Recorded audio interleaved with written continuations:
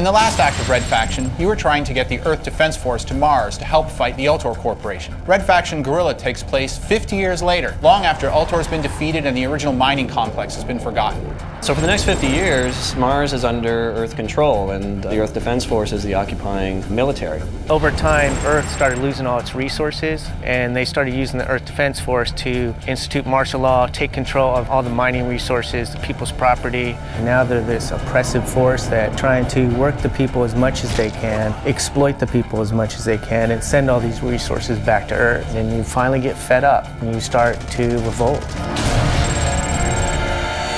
We made the switch from first to third person for a variety of reasons. We wanted to show off the character this time. He's a much more important part of the story. We wanted the player to associate with the guy. We also wanted and needed to show more of the environment around you. We realized that you had to see the destruction around you. It started having meaning and impact, and it was no longer just eye candy. With all of this destruction happening, it's no good if you're only capturing really close, narrow glimpses. The game basically lent itself to pulling it to third person and just made total sense. It's a deviation from the play style that you've seen in Red Faction 1. We're now a completely open world. You can go anywhere in this massive territory that we've developed.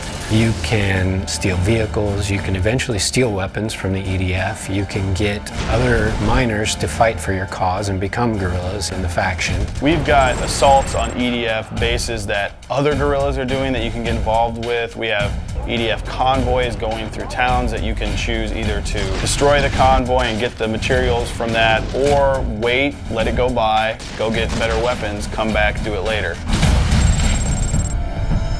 We really wanted to cater to our early fan base of Red Faction 1 and 2 by going back and giving them the same kind of destructive experience that they had in those games, only better. The destruction is no longer limited to just small-scale destruction in mines. Now the entire world's destructible. You can bring down an entire 3-story building piece by piece, and it will come down realistically based on what you do to it. I think players will be very excited, enthusiastic, and they're just going to love what they're playing.